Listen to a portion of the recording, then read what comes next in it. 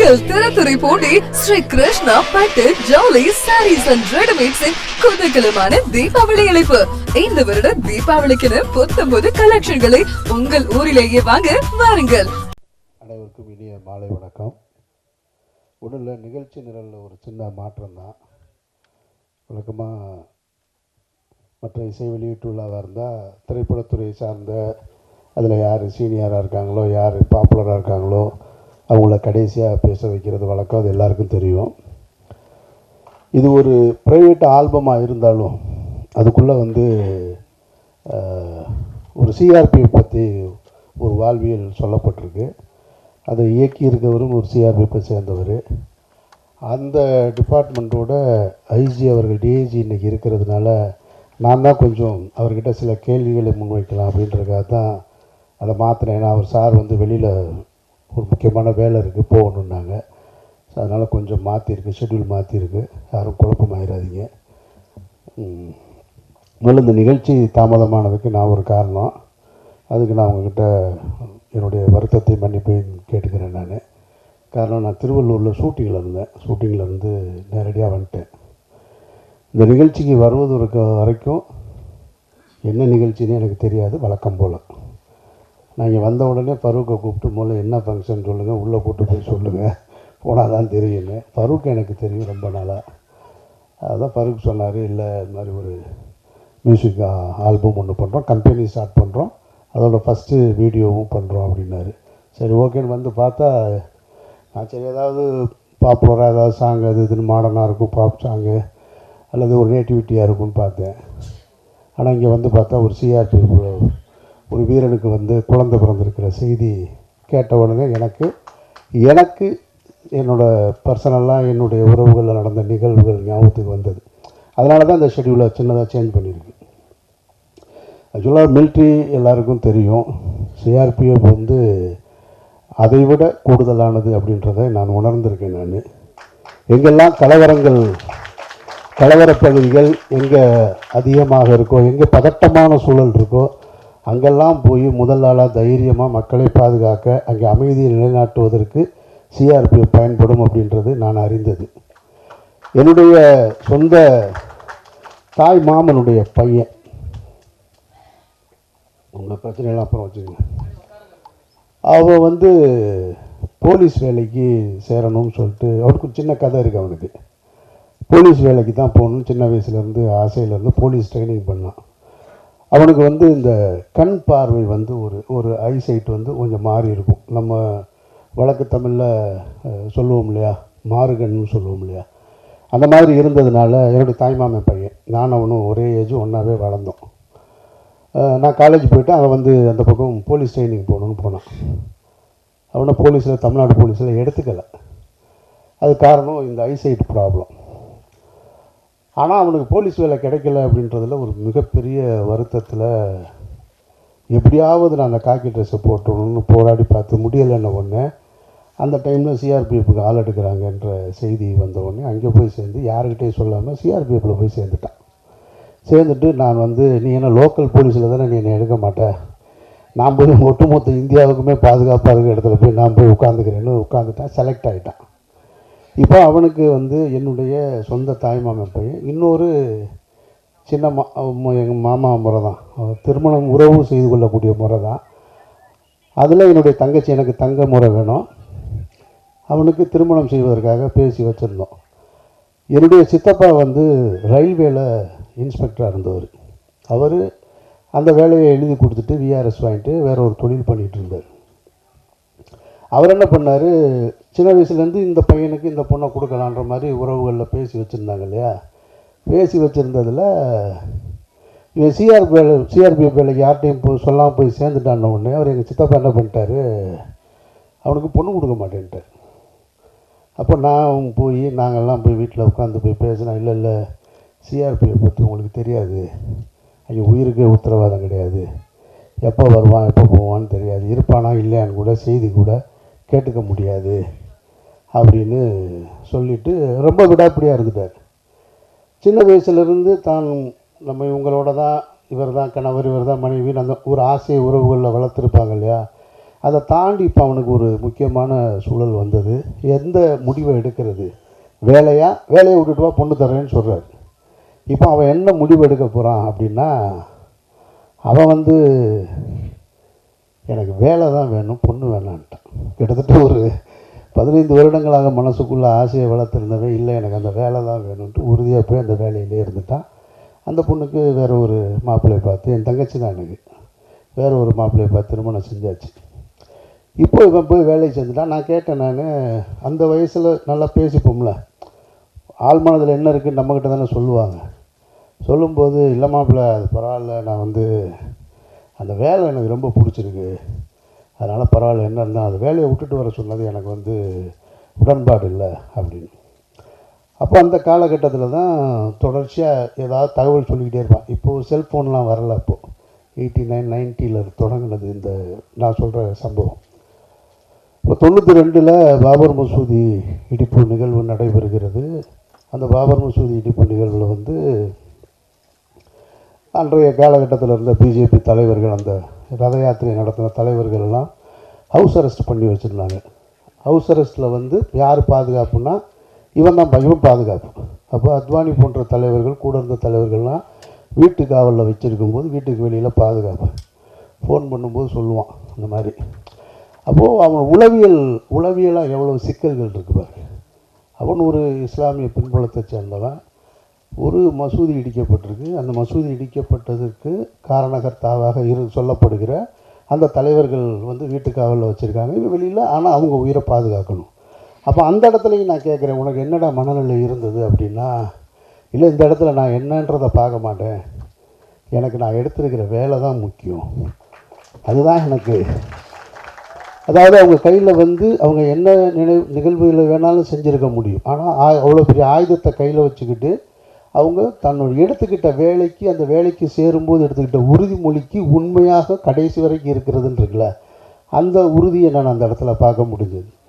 அதுக்கு பின்னால் அடிக்கடி கேட்பேன், நான் நாகாலாந்து போயிருக்கேம்மா, மணிப்பூர் போயிருக்கேம்மா, மிசோரம் போயிருக்கேம்மா, இப்படி எப்போ கேட்டாலும் இங்கேருந்து அங்கே போனால் இப்படி திடீர்னு ஒரு ஃபோன் அடிப்பான். ஃபோன் அடித்தா எங்கடா இருக்கேன்னா, பஞ்சாபில் ஒரு கலவரம், அங்கே இருக்கேன் அப்படிமா. எனக்கு ஆச்சரியமாக இருக்கும். மொழி வேறு மொழிகளை கற்றுக்கிட்டான். அதில் ரொம்ப குறிப்பாக அவன் சொல்கிறது என்னென்னா, இந்த நாகாலாந்து மணிப்பூர், நான் அதுக்காக தான் முன்னாடி பேசணும், ஏன்னா அதில் இருக்கிற விஷயங்கள் அவர் ஐஜி கொஞ்சம் தெளிவாக சொல்லுவாங்க அப்படின்றதுக்காக. ஏன்னா அதெல்லாம் நான் கேள்விப்பட்ட செய்தி தான். அப்போ அவங்க நாகாலாந்துலலாம், அப்போ நாகாலாந்து மிசோராம்லலாம் மலைக்கு கீழேருந்து மலைக்கு மேலே போகும்போது இவங்களுக்கே, அதாவது கீழேருந்து கிளம்பிட்டாங்கன்னு மேலே சொல்லுவாங்களாம். மலைக்கு மேலே வர்றதுக்கு மேலே சேர்ந்தால் தான் உத்தரவாதம், ஆனால் இடையில எது வேணாலும் நடக்கலாம், சிஆர்பிஎஃப் வீரர்களுக்கு உயிருக்கு உத்தரவாதம் இருக்காது.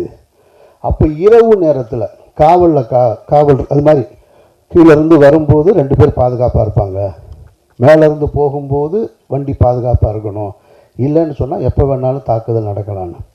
அப்போ பகல் நேரத்தில் டென்ட்டில் படுத்திருப்போம். திடீர்னு பார்த்தா எங்கேருந்தோ ஒரு மலை உச்சியிலேருந்து இந்த போராளி குழுக்கள் ஷூட் பண்ணுவாங்க, தடன்னு எந்திரிச்சு ஓடணும் இப்படின்னா. அதாவது சினிமா காட்சிகளை போல் ஒன்றொன்றும் சொல்லிக்கிட்டே இருப்போம். இரவு நேரத்தில் நாங்கள் பாதுகாப்பாக இருக்கணும் அப்படின்னு சொன்னால், இப்போ நாகாலாந்துலலாம் மணிப்பூர்லாம் பாதுகாப்பாக இருக்கணும்னு சொன்னால் அவங்களுக்குள்ளே சில சப்தங்களையும் சில விசில் இதெல்லாம் அடையாளமாக வச்சுருப்போம். ஏன்னா யார் இருக்கான்னு தெரியாது. ஒரு காவலருக்கும் இன்னொரு காவலருக்கும் தூரம் இருக்கும் பாதுகாப்பில். அப்போ அவங்களுக்குள்ளே இருக்கிற பாஷை, அந்த சம்பாஷணை இருக்கு இல்லையா, அது சரியாக சேரலைன்னு சொன்னால் இருட்டில் துப்பாக்கி சத்தம் மட்டும் கேட்கும், சுட்டது யாருன்னு தெரியாது. சிஆர்பிஎஃப் வீரனா இல்லை ஆப்போசிட்டில் இருக்கவனான்னு தெரியாது. காலையில் தான் தெரியும்.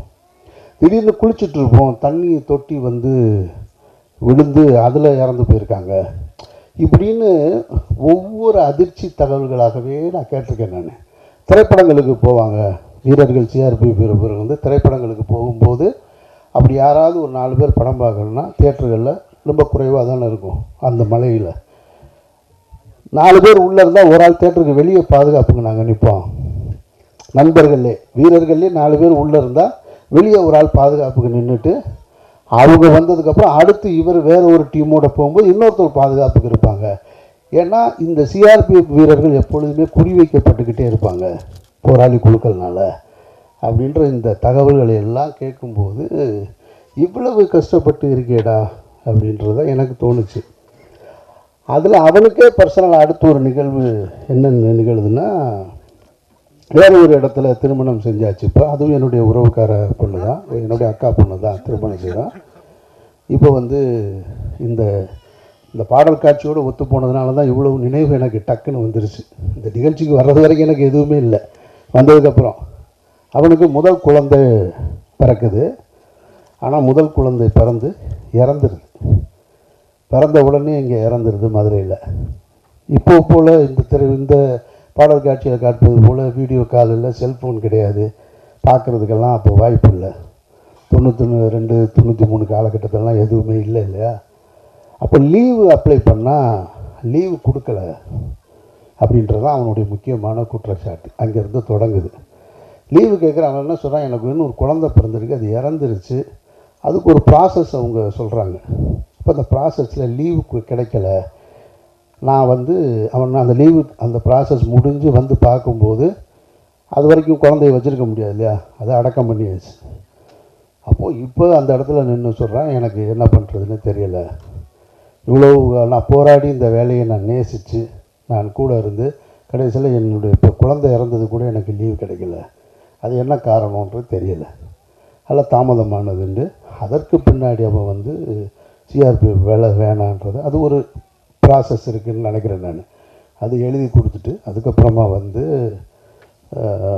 பிஆர்சியில் மதுரையில் பாண்டியன் ரோட்வேஸ் இருக்கு இல்லையா, கார்பரேஷனில் அங்கே வேலைக்கு சேர்ந்து இப்போ வரைக்கும் ஒர்க் பண்ணிக்கிட்டு இருக்கான்.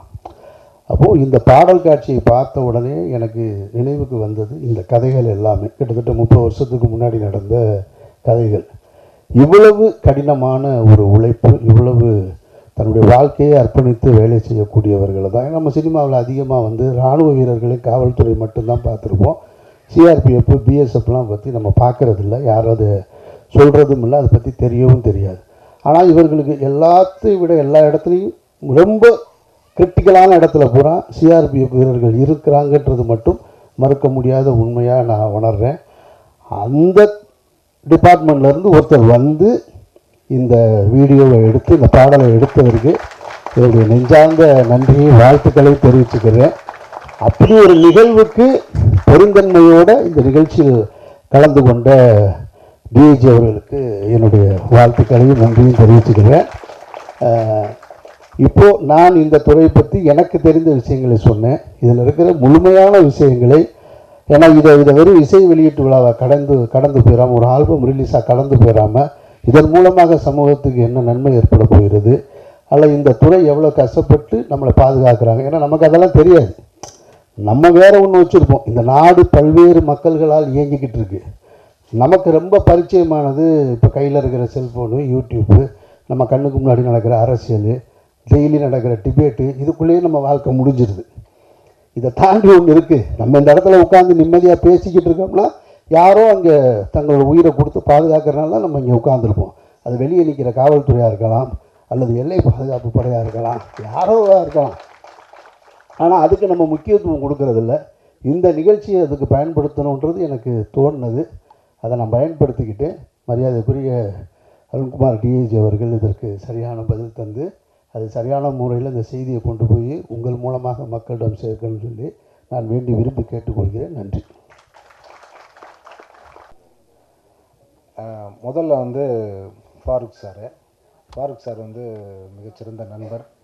3 டாட்ஸ் அப்படின்னு ஒரு நிறுவனம் ஆரம்பிச்சிருக்கேன், நீங்கள் வரணும் அப்படின்னு சொன்னார். உடனே வந்து ஓகே சார் வர்றேன் அப்படின்னு கரெக்டாக ஒரு 4 மணிக்கு தான் எனக்கு சொன்னார். அதுக்கு மேலே ரீச் பண்ண முடியலன்னாரு. உடனே இமீடியட்டாக நான் வந்துடுறேன் சார் அப்படின்ட்டு 5:30லாம் கிளம்பி வந்துட்டேன். முதல்ல வந்து அண்ணன் அமீர் அண்ணன் வந்தோடனே வந்தோடனே நானும் நம்ம திருமுருகன் சார் உட்காந்து பேசிகிட்டு இருந்தோம். இன்னொரு 100 வருஷம் ஆனாலும் நம்ம பருத்தி வீரனையும் ஒரு ராமையும் நம்ம மறக்க முடியாது, சார் வந்திருக்காரு அப்படின்னு அவர் சொன்னார். நானும் சொன்னேன், அண்ணன் வணக்கண்ணே. அவர் தமிழ் சினிமாவுன்னு மிகப்பெரிய ஒரு ஆசான் அண்ணன். நான் படம் பண்ணும் போதும் உதவி இயக்குனராக வேலை செய்யும் போதும் பருத்தி வீரனில் யார் வேலை செஞ்சுருந்தாலுமே அவங்க கூட தான் ரொம்ப நேரம் பேசிக்கிட்டே இருப்போம். நாங்கள் அசிஸ்டன்ட் டைரக்டர் எல்லாமே. எப்படி பண்ணார் அப்படி பண்ணாருன்னு ஒவ்வொரு நாளும் எப்படி இருந்துச்சு அப்படின்னு. அது மாதிரி தமிழ் சினிமாவோட மிகப்பெரிய பொக்கிஷன் அண்ணன். அதே மாதிரி மீரா கதிரவன் அண்ணன், அவள் பேர் தமிழரசி, ஒரு மிகச்சிறந்த படம். அந்த நேரத்தில் வந்து அந்த படம் மிகவும் பரபரப்பான ஒரு படமாக இருந்துச்சு. இதை பார்க்கும்போது வந்து சிஆர்பிஎஃப் வீரர்கள் வந்து நம்ம பார்க்குறது ஒரு எலெக்ஷன் நேரத்தில் பார்ப்போம். ஒரு நெருக்கடியான நேரங்களில் வந்து அவங்கள நம்ம ஊருக்குள்ளே பார்க்க முடியும். அவங்களும் வந்து டக்குன்னு வந்து அப்படி ஒரு ஃபோர்ஸாக வந்து இறங்குவாங்க. அங்கே இருக்கிற ஜவான்கள் வந்து மேலே என்ன சொல்கிறாங்களோ அதை கேட்டு அதுக்கு பின்னாடி வந்து அவங்க அந்த வேலைகளை பார்ப்பாங்க. இப்போ இங்கே வந்ததுமே வந்து ஒரு சிஆர்பிஎஃப் வீரர்கள் மாதிரி தான் அண்ணன் திடீர்னு ஒரு கம்பெனி ஆரம்பிச்சிருக்கேன். இங்கே வந்ததுக்கப்புறம் தான் இவ்வளோ ஒரு சிஆர்பிஎஃப் வீரரை பற்றின நான் அந்த இதெல்லாம் பார்த்தோன்னே சரி ஒரு தியாகம் இருக்கும், கண்டிப்பாக வந்து நாட்டுக்காக தியாகம் பண்ணியிருக்காங்க அப்படின்னு சொல்லி ஒரு ஜெய்ஹிந்த் மாதிரி ஒரு சாங்காக இருக்கும்னு நினச்சேன். சரி, அவங்களும் வந்து சிஆர்பிஎஃப் ஜவான்களும் வந்து கஷ்டப்படுறாங்க, அவங்க வேலை செய்கிறதுக்கு அவங்க குடும்பத்தை விட்டு பிரிஞ்சிருக்காங்க அப்படின்னு அதான் ஒரு ஜவானே பண்ணியிருக்கிறது வந்து மிகப்பெரிய ஒரு நல்ல விஷயமாக நான் பார்க்குறேன். இதே மாதிரியான அந்த மாதிரியான விஷயங்கள் வந்து சிஆர்பிஎஃப் வீரர்களை பற்றி அதெல்லாம் வந்து மக்களுக்கு தெரியாது. மேக்ஸிமம் வந்து சினிமாவில் வந்து போலீஸ் தெரியும், அப்புறம் வந்து மிலிட்ரி தெரியும், சிஆர்பிஎஃப் வீரர்களை பற்றி பெருசாக தெரியாது. அவங்கள பற்றின இப்போ நிறைய படங்கள் வந்தது இல்லை. அது மாதிரியான படங்களும் வந்தால் மேற்கொண்டு அவங்களுடைய போராட்டம் தியாகங்கள்லாம் அவங்க மேலதிகாரிகளுக்கு தெரிய வரும்னு நினைக்கிறேன். அது சார் அவங்க லீவெல்லாம் கேட்டாங்க, உடனே அவர் லீவ் இருக்குன்னு சொல்லிட்டு போயிருந்தார். அது நல்ல விஷயந்தான். அது மாதிரியான அவங்களுடைய கோரிக்கைகளை இந்த மாதிரி படமாக எடுத்து மேலதிகாரிகளுக்கு சினிமா பிரபலங்களை கூட்டி வச்சு போட்டு காமிச்சோம்னா அவங்களுக்கு எளிதாக புரிகிறதுக்கான வாய்ப்புகள் நிறையா இருக்குது. அதே நேரத்தில் இந்த மேடையில் வந்து இருக்கக்கூடிய அனைத்து ஆளுமைகளுக்கும் நான் வந்து நன்றி சொல்லி விடைபெறுகிறேன். மேலும் இந்த 3 டாட் நிறுவனம் வந்து ஃபாரூக் சாருடைய நல்ல மனசு போலையே மிகச்சிறந்த ஒரு நிறுவனமாக வரணும், நிறையா இசை ஆல்பங்களை அவர் கொண்டு வரணும்னு இறைவன்கிட்ட வேண்டிக்கிறேன். நன்றி, வணக்கம். Thank you so much, sir. Next, I would like to அனைவருக்கும் இறைவன் புறத்திலிருந்து சாந்தியும் சமாதானம் உண்டாகட்டும். அதாவது ஒரு நாணயத்திற்கு 2 பக்கங்கள் இருப்பது போல காவல்துறை, இராணுவம், சிஆர்பிஎஃப், பிஎஸ்எஃப், இன்னும் என்னெல்லாம் அதிகாரத்திற்கு கட்டுப்பட்ட காவலர்கள் இருக்கிறார்களோ, அதிகாரம் என்பது ஒற்றை புள்ளியில் தொடங்குது ஒவ்வொரு நாட்டுக்கும். அந்த உச்சத்தில் இருக்கக்கூடிய ஒரு நாட்டின் முதன்மை அமைச்சருக்கு கீழே எல்லாமே வருது. அதனால் என்னுடைய பார்வையில் நான் அந்த பாடலை பார்த்த உடனேயே எனக்கு தோணுனதை, ஒரு அதிகாரி இங்கே இருக்கிற காரணத்தினால அவரோட விளக்கத்தை அவர் சொல்லட்டும் அப்படின்னு சொல்லி தான் நான் முதல்ல அதை தொடங்கினேன். அவரிடம் நான் ரொம்ப எதிர்பார்த்திருந்தது, அவர் நேரடியாக பதில் சொல்லலை, ஆனால் அது பதில் சொன்னாருன்னு நான் நினைக்கிறேன், அப்படின்னு நான் நம்புகிறேன். இப்போ நிறைய மாறி இருக்குது அப்படின்னு. ஏன்னா அந்த குழந்தை இறந்ததுக்கு லீவு கொடுக்கல அப்படின்றது தான் அதில் இருக்கிற மிகப்பெரிய, நான் சொன்ன அந்த கதையோட முக்கிய புள்ளியே அதுதான். ஆனால் அதை சொல்லலை, இப்போ நிறைய பண்ணியிருக்கோன்னு சொன்னார். இது என்னுடைய பார்வையில். இது நாணயத்தோட ஒரு பக்கம். மறுபக்கத்தை தான் மீரா கதிரவன் புள்ளி வச்சார். மகிழ்நன் வந்து விரிவாக அதை சொல்லிட்டு போயிட்டார். அதிகாரம் மிக வலிமையானது தான், ஆனால் அது யார் கையில் இருக்குது அப்படின்றது. உண்மையிலேயே வந்து இங்கே யார் அப்படின்னா, கட்சிகளாக பிரிந்திருக்கிறவர்கள் யாருன்னு பார்த்தீங்கன்னாக்க மாமே மச்சான் தான். ஒரு தாய் வயிற்று பிள்ளைகள் தான் எதிர் கட்சியில் இருக்கும். ஒரு தாய் வயிற்று பிள்ளைகள் தான் காவலர்களாக இருக்காங்க, இங்கே ஒடுக்கப்படுறவங்களாகவும் இருக்காங்க. துப்பாக்கியை ஆயுதம் ஏந்திய காவலர்களாக நிற்கிறாங்க, இங்கே ஒடுக்கப்படுறவங்களாக இருக்காங்க. நான் இந்த கேள்வியை பலமுறை கேட்டிருக்கிறேன். இது அது குறித்த ஒரு நிகழ்வாக இருந்திருந்தால் நிச்சயமாக நான் நிறைய பேசியிருப்பேன். நான் அதை எங்கே நான் உணர்ந்தேன் அப்படின்னு சொன்னால், இந்த காவிரி போராட்டத்துக்காக நாங்கள் வந்து கடந்த ஒரு 2-3 வருடங்களுக்கு முன்னாடி இங்கே ஒரு ஐபிஎல் நடந்தது. அதை போய் தடுத்து நிறுத்துறதுக்காக ஒரு போராட்டத்துக்கு போயிருந்தோம். நான் தமிழர் கலை இலக்கிய பேரவை சார்பாக இருந்தோம். அதில் எல்லோரும் இருந்தோம். நான் இருந்தேன், அண்ணன் சீமான் இருந்தாங்க, பாரதி ராஜா சொன்னாங்க, வெற்றிமாறன் இருந்தாங்க. எல்லாருமே நாங்கள் அந்த போராட்டத்தில் போய்கிட்டு இருக்கும் பொழுது காவலர்கள் எப்படி இருக்காங்க, இந்த அவர் சொன்னது மாதிரி புள்ளி புள்ளியாக வச்ச ட்ரெஸ்ஸு போட்டவங்களும் காக்கி ட்ரெஸ்ஸு போட்டவங்களும் யாருக்கு கட்டுப்பட்டு வேலை செய்கிறாங்க அப்படின்னா அவங்களுக்கு மேலே இருக்கிற அதிகாரிக்கு கட்டுப்பட்டு வேலை செய்கிறாங்க. அப்போது அந்த போராட்டத்தில் போய்கிட்டு இருக்கும் பொழுது உள்ளுக்குள்ளே ஏதோ ஒரு அந்த நிகழ்வு சிலருக்கு தெரிஞ்சிருக்கும், பத்திரிகையாளர்களுக்கு. மயிலனுக்கு நல்ல நினைவு இருக்குன்னு நினைக்கிறேன். ஒரு காவலரை வந்து ஒருத்தரை அடிச்சுக்கிறாரு. அவர் நாம் தமிழர்னு சொல்லி அதை பிரச்சனையெல்லாம் பண்ணாங்க அந்த டைமில். அப்போ புதுசாக வேலைக்கு சேர்ந்தது போல் இருக்கிறார். ஒரு குறைந்த வயசு, ஒரு 25லேருந்து 26 வயசுக்குள்ளே இருக்கிற ஒரு காவலர் ஒருத்தர். அவர் என்ன செய்கிறாரு, அவர் அதிகாரி சொல்லிட்டார், அவரோட ஆஃபீஸர் ஒருத்தர் சொல்கிறார், நான் நின்றுட்டுருக்கேன் எல்லோரும் அடித்து வரட்டேன் எல்லாரும் அப்படின்ன உடனேயே வெறி கொண்டு 2 பைப்பை எடுக்கிறார். 2 பைப்பை எடுத்துகிட்டு வந்து வேகமாக எல்லாரையும் அடித்து அதில் தான் வெற்றிமாறனை கீழே தள்ளி விட்டது. அந்த நிகழ்வில் நடந்தது தான் அது. நான் பக்கத்தில் தான் இருக்கேன். நான் வெற்றிமாறனை அடிக்கிறாங்கன்னா இப்போ நாங்கள் வேகமாக ஓடி போய் பார்த்தா அப்போ அவர் அடிக்கலை, வேறு யாரையும் அடிக்கிறார். அந்த காவலர்கிட்ட நான் அவரை நிறுத்தி கேட்டேன், இவ்வளோ வெறி உனக்கு எதுக்குன்னு கேட்டேன். இவ்வளோ வெறி எங்கேருந்து வருது? இந்த காவிரி நீர் போராட்டம் நடத்தணும் பார்த்தீங்களா? இப்போ நமக்கு காவிரி நீர் நேரடியாக சென்னைக்கு வந்து நம்ம ஒன்றும் பண்ண போகிறதில்ல. அது விவசாயத்துக்கு தேவை, இந்த நாட்டுக்கான விவசாயம், இந்த மாநிலத்துக்கான விவசாயத்துக்கு தேவை. அந்த விவசாய குடும்பத்திலிருந்து வந்த ஒருத்தன் தான் அந்த 2 பைப்பை தூக்கிட்டு ஓடி வந்த ஒருத்தன். அவன் யாருக்காக இந்த போராட்டம் நடக்குது, நம்ம யாருக்காக வேலை செய்கிறோன்னு தெரியாமலே இருக்கிறது தான் அரசியல். அதான் நாணயத்தோட இன்னொரு பக்கத்தை தான் மகிழ்நன் தெளிவாக சொன்னார். அதில் சர்வதேச அரசியலையும் ரொம்ப அழகாக சுருக்கமாக, ஒரு ஆயுதங்கள் விற்பனைக்கு எப்படி இருக்குமோ அதுக்கு அவட டெஸ்ட்டு தான், குரங்கு டெஸ்ட்டு பண்ணுறது மாதிரி, இந்த மருந்து கொடுத்தா சரியாகுமா, இந்த மருந்து கொடுத்தா சரியாகுமான்னு எந்தெந்த பொருள் எப்படி வேலை செய்யுதுன்னு பார்க்குறதுக்கு தான் பாலஸ்தீன்னு ரொம்ப அழகாக சொன்னாங்க.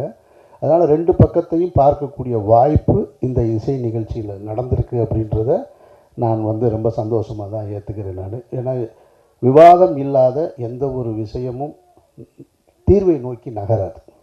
அதனால் இந்த விவாதம் அவசியமானதாக பார்க்குறேன். மற்றபடி இந்த ஆல்பத்தை பொறுத்த மட்டும் நான் ரசித்த விஷயங்கள் இருக்கு இல்லையா, எனக்கு நான் ரசிச்சிருக்கேன், அது இவங்க தானான்னு எனக்கு தெரியாது.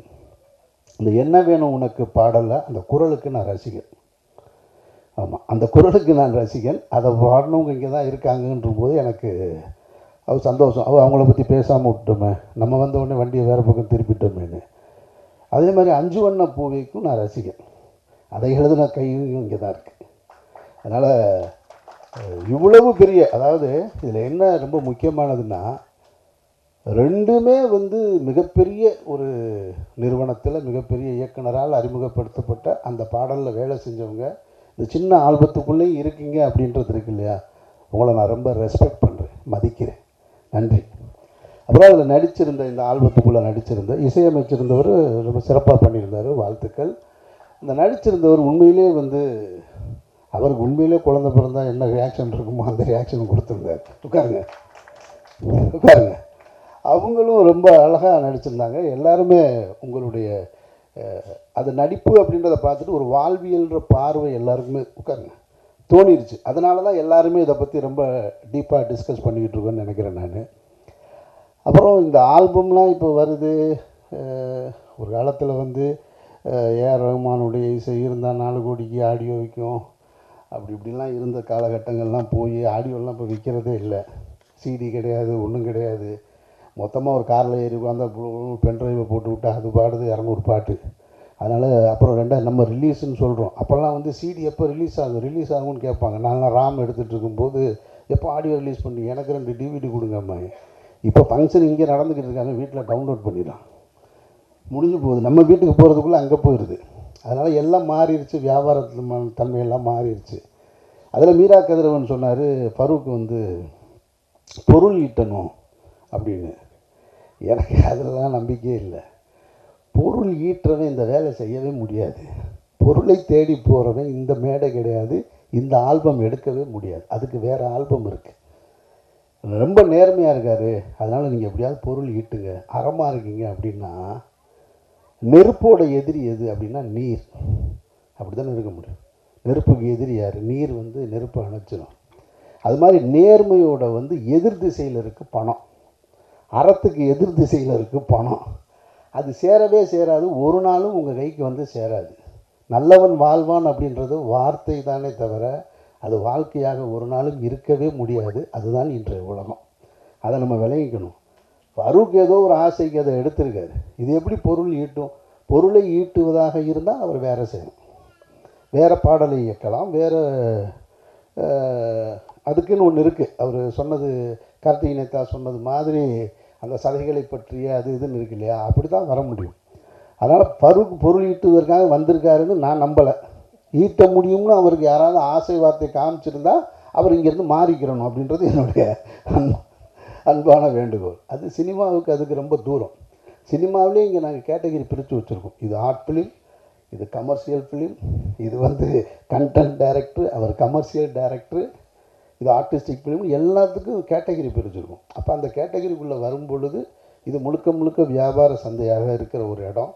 அதில் இது போன்ற ஒரு பாடலை, இது போன்ற நேர்மையான விஷயங்களை சொன்னால் எங்கேயாவது ஒன்று எப்போவாது நடக்கலாம், அத்திப்பூத்தா அது போல். அதை நம்ம பொது விதியாக எடுத்துக்கிட்டு வர முடியாது. பொது விதினா வேறு தான், அது பணம் ஈட்டுவதற்குன்னு. அதனால் நீங்கள் பணம் ஈட்டுவதற்காக வந்தீங்கன்னு நான் நம்பல. ஆனால் அதுக்காக உங்கள் கம்பெனி இப்படி நின்றணும்னு நான் சொல்ல வரல. உங்கள் கம்பெனி மேலும் மேலும் வரணும், நிறைய பண்ணுங்கள். நீங்கள் உங்களுடைய நோக்கம் என்னவாக இருந்தது அப்படின்னு அதுதான் ரொம்ப முக்கியம். ஒரு மனிதன் தான் வாழ்க்கையில் என்னவா இருந்தான் அப்படின்னு. இப்போ நான் எடுத்த படங்கள் குறைவு, எனக்கு அது பெருமையாகவும் இருக்குது. சில நேரம் என்னையே அதை சிறுமையாகவும் பார்த்துக்கிடுவேன். ஏன்னா 2007 எடுத்த ஒரு படத்தை பருத்தி வீரன் இன்னும் சொல்லிக்கிட்டே இருக்காங்களேன்னு. எனக்கு நான் இயக்குனர் சங்கத்தில் செயலாளராக இருக்கும் பொழுது இதை சொல்லாதீங்கன்னே சொல்லுவேன். எனக்கு அதில் உடன்பாடு இல்லை. நான் பருத்தி வீரனை எடுத்தேன், நான் இன்னும் அதை தாண்டி போகலையா அப்படின்ற கேள்வி எனக்குள்ளேயே இருக்குது. நமக்கு மரியாதைக்குரிய மூத்த இயக்குனர் ஒருத்தர் இருந்தார், பசி துரை அப்படின்னு சொல்லிட்டு. அப்போ நான் கிண்டல் அடிப்பேன் இயக்குனர் சங்கத்தில். எனக்கும் ஜனநாதனுக்கும் பயங்கர சண்டை வரும். என்ன இப்போ பசி துறை ஆக்கணும்னு ட்ரை பண்ணுறீங்களா நீங்கள் அப்படின்னு. நான் நின்றக்கூடாது, ஒரு படத்தோடு நின்றக்கூடாது. நான் கடைசி வரைக்கும் சினிமாவில் இருக்கணும்னு ஆசைப்பட்றோம் ஒரு ஆள். பருத்தி வீரனுக்கு பின்னாடி நான் நிறைய பயணப்பட்டிருக்கேன், வேறு படங்கள் பண்ணியிருக்கேன். அது சேரலை, அல்லது அது அந்த மக்களுக்கு திருப்தியை தரலை. அதனால் அது எனக்கு வருத்தம் கிடையாது.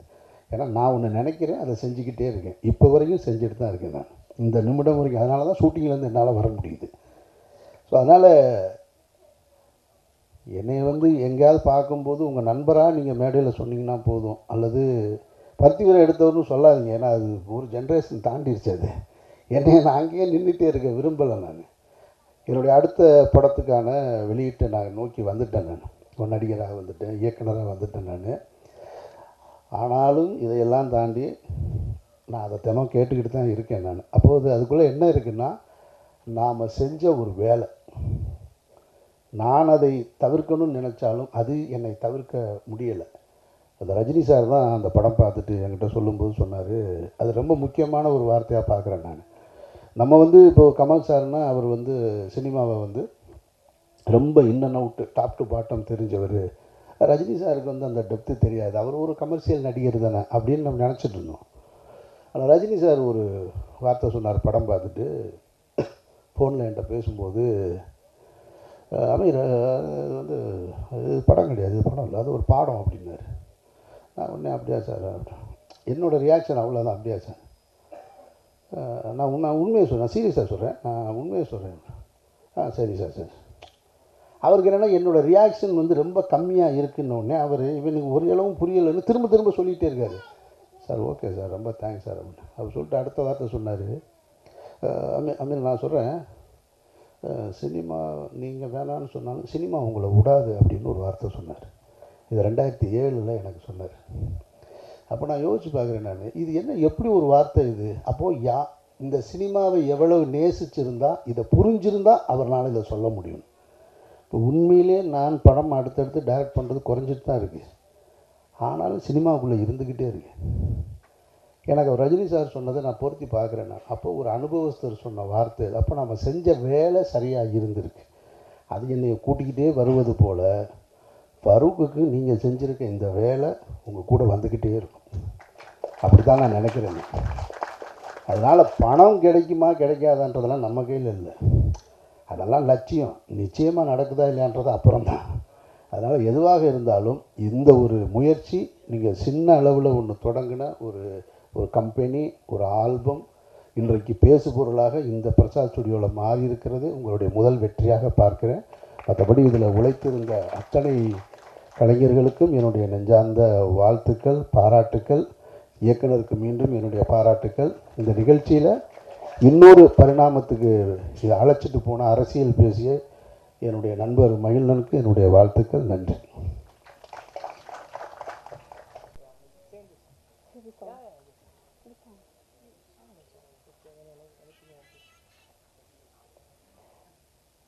Okay, so there is another song which I have sung for A.R. Rahman. It's called Lavender Nirame. I don't know if you know that song.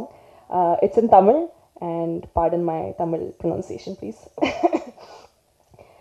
Lavender Nirame Nagarum Nari Karavin Nari Tuilativo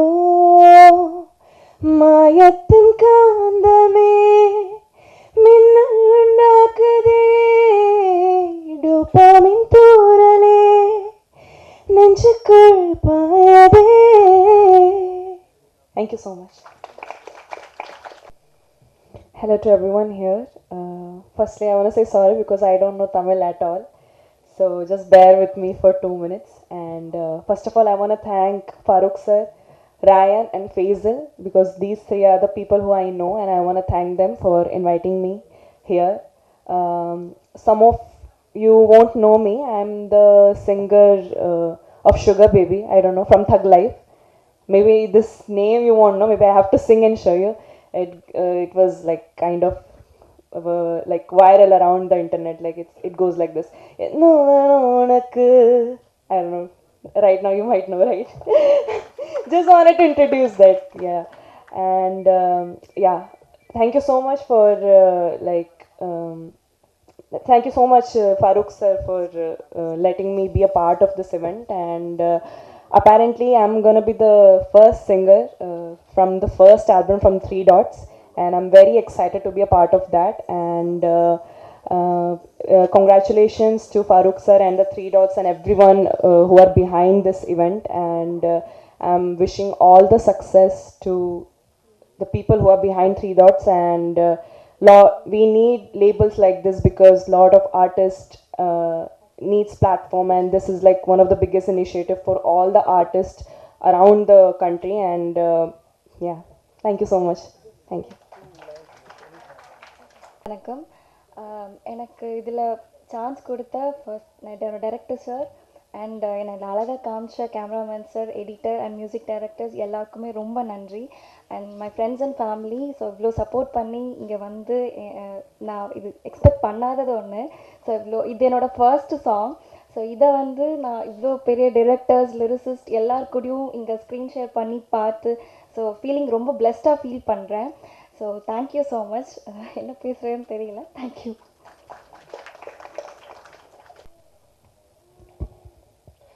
எல்லாருக்கும் வணக்கம். இது என்னோடய முதல் மேடை. கிட்டத்தட்ட ஒரு 10 வருஷமாக இருக்கேன் சினிமாவுக்குள்ளே. ஜூனியர் ஆர்டிஸ்டாக ஷார்ட் ஃபிலிம்ஸ் பண்ணிகிட்டு இருக்கேன். பட் இதுதான் எனக்கு கிடச்ச ஃபஸ்ட்டு ஸ்டேஜ். அதனால் கொஞ்சம் நர்வஸாக இருக்குது. கொஞ்சம் உளறிட்டானா தப்பாக எடுத்து வீடியோவில் ரிப்பீட் போட்டுறாதீங்க, மீன் போட்டுறாதீங்க. ஏன்னா இப்போது நான் காலேஜ் எஸ்ஆர்எம் காலேஜ் படிக்கும்போது ஃப்ரெண்ட்ஸ்லாம் ஷார்ட் ஃபிலிம்ஸ் எடுக்கிறேன்னு சொல்லி சொல்லிக்கிறேன். வந்திருக்க எல்லாருக்கும் நன்றி. ஏன்னா நன்றி சொல்ல இடத்துக்கும் நான் இல்லை.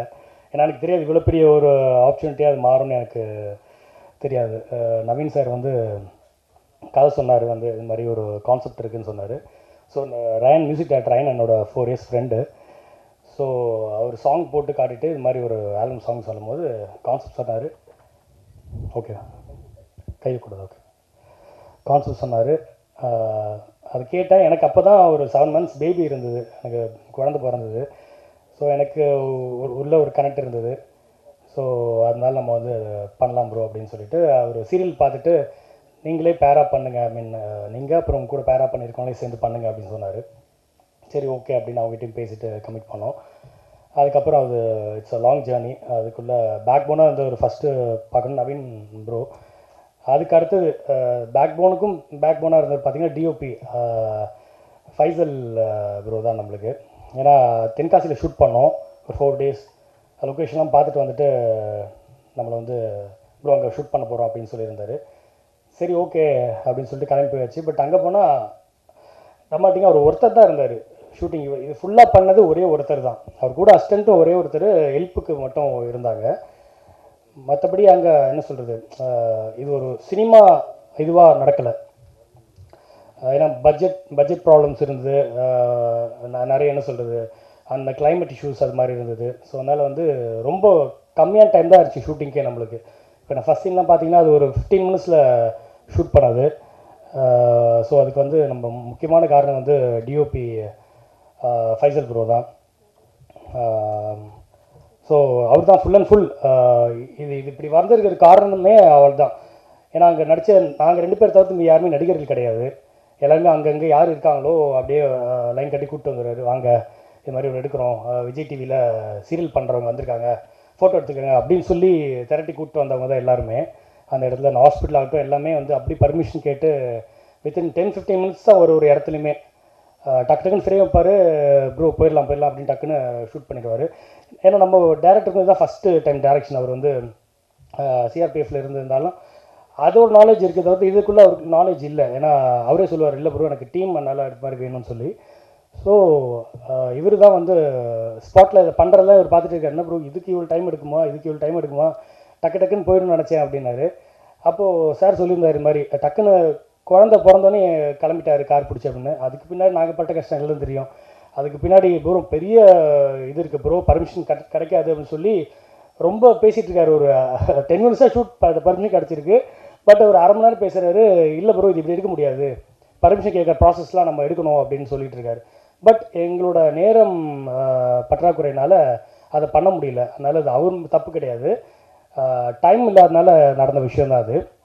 மற்றபடி அவர் வந்து நான் கன் ஹோல்ட் பண்ணுறதுலேருந்து எல்லாத்துக்கும் என்னை வந்து என்ன சொல்கிறது ரொம்ப திட்டிக்கிட்டு இருந்தார். நான் கன்னா இப்படி டக்குன்னு எடுத்து பிடிச்சிரும் எல்லாரும், இல்லை ப்ரோ இப்படி பிடிக்கக்கூடாது, இப்படி ஹேண்டில் பண்ணணும்னு சொல்லி அதுக்கே ஒரு 10-15 minutes எனக்கு ட்ரைனிங் கொடுத்துட்ருப்பாரு. பட் அது ஏன் சொல்கிறாருன்னு எனக்கு தெரியும். ஏன்னா வந்து வெளில பார்க்குறவங்க வந்து ஜஸ்ட்டு இன்னும் நடிச்சிருக்காம்பா அப்படின்னு இருக்கக்கூடாது.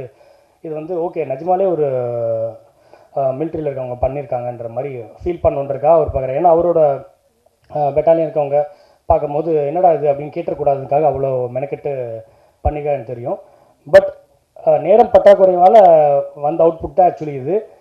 பட் அவர்கிட்ட அடுத்த ப்ராஜெக்ட் வந்துச்சுன்னா இதோட பெட்டர்மெண்ட்டாக வரும்னு எனக்கு ஒரு பெரிய நம்பிக்கை இருக்குது.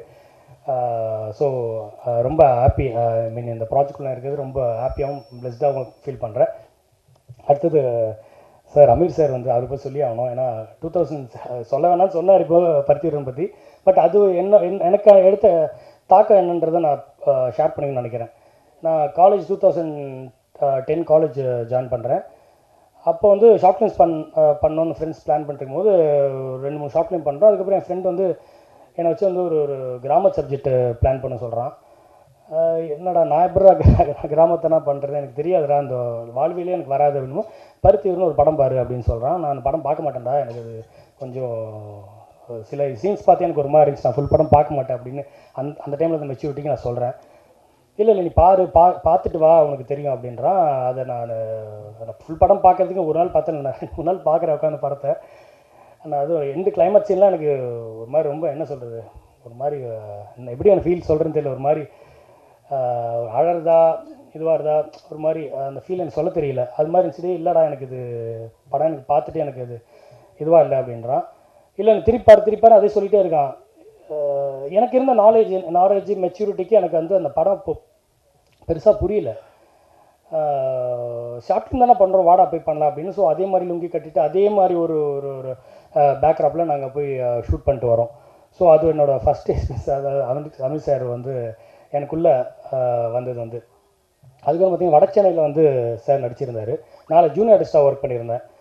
அப்போ சாரை பின்னாடி இருந்துலாம் பார்த்துருக்கேன் நான். ஓகே இப்படி தான் பருத்திவீரன் டைரக்டர் அமீர் சார் அப்படின்னு. ஸோ அப்போ பார்க்கும்போது நான் பின்னாடி நின்றுருப்பேன், சார் பர்ஃபார்ம் பண்ணிட்டுருப்பார். அதெல்லாம் பார்க்கும்போது ஒரே கூஸ் பம்ப்ஸாக இருக்கும், நம்ம நிற்கிற இடம் ரியலாக இல்லையா அப்படின்னு. சார் ரியலாக இருக்குன்னு. இப்போ எனக்கு அதே மாதிரி ஒரு ஃபீல் தான். ஏன்னா இவ்வளோ பேர் வந்து நான் நடித்ததை பொறுமையாக உட்காந்து பார்த்துருக்காங்க, பார்த்துட்டு அதை பற்றின ஒரு விவாதம் போகுது அப்படின்னா கொஞ்சம் ரொம்ப சந்தோஷமாக தான் இருக்குது எனக்கு இது நான் சொல்கிறதுக்கு. ஸோ அப்புறம் நம்ம 3 Dot ஸ்டுடியோ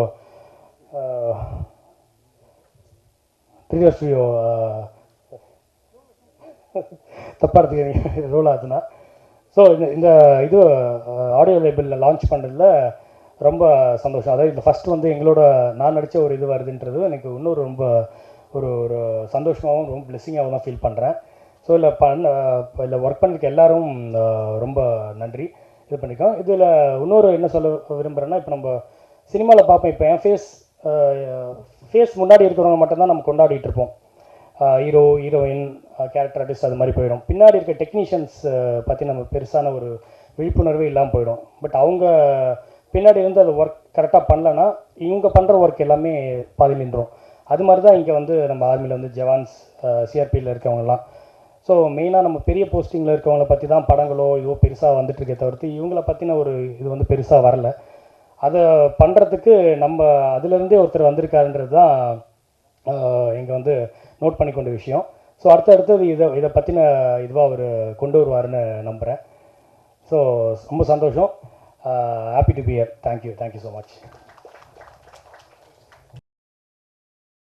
ஆஃபர்களோடு ஆடைகள் அட ஆமாங்க, 2 பூன புடவைகள் ரூபாய் 399 மற்றும் 499 மட்டுமே.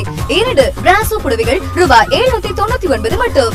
நியூ கலெக்ஷன்ஸ் காப்பர் சில்க்ஸ் 2 சேலைகள் ரூபாய் 899 மட்டும். மற்றும் டிஜிட்டல் காப்பர் 2 சேலைகள் ரூபாய் 1499 மட்டுமே. 3 ஜீன்ஸ் பேண்டுகள் ரூபாய் 999 மட்டும். 3 கேஷுவல் ஷர்ட்டுகள் ரூபாய் 999 மட்டுமே. 4 ஃபார்மல் ஷர்ட்டுகள் ரூபாய் 999 மட்டுமே. 2 ஒயிட் ஷர்ட் வெறும் 499 மட்டுமே. 2 பிராண்டட் வேஷ்டிகள் ரூபாய் 499 மட்டுமே. மற்றும் பிராண்டட் உள்நாடுகள் MRP விலையிலிருந்து 10% தள்ளுபடி. மேலும் உங்க வீட்டு சுட்டி குழந்தைகளுக்கான எல்லா விதமான ஆடைகளும் புத்தம் புது கலெக்ஷன்களோடு நமது திருத்துறைப்பூண்டி கிருஷ்ணாவில். இது மட்டும் இல்லைங்க, ஆடைகள் வாங்கும் அனைத்து வாடிக்கையாளர்களுடைய பில்லுகளுக்கும் நிச்சய கிஃப்ட். நல்லா கேட்டுக்கோங்கம்மா, அனைத்து பில்லுகளுக்கும் நிச்சய கிஃப்ட். எல்லா தளங்களிலும் ஏசி லிஃப்ட் மற்றும் பிரம்மாண்ட கார் பார்க்கிங் வசதியுடன் விலை குறைவாய் மனம் நிறைவாய் என்றென்றும் விலை குறைப்பின் சவால் விடும் உங்கள் திருத்துறைப்பூண்டி ஸ்ரீ கிருஷ்ணா பட்டு ஜவுளி சாரீஸ் அண்ட் ரெடிமேட்ஸ். நம்ம 131 ஆனஸ்ட் ரோடு திருத்துறைப்பூண்டி.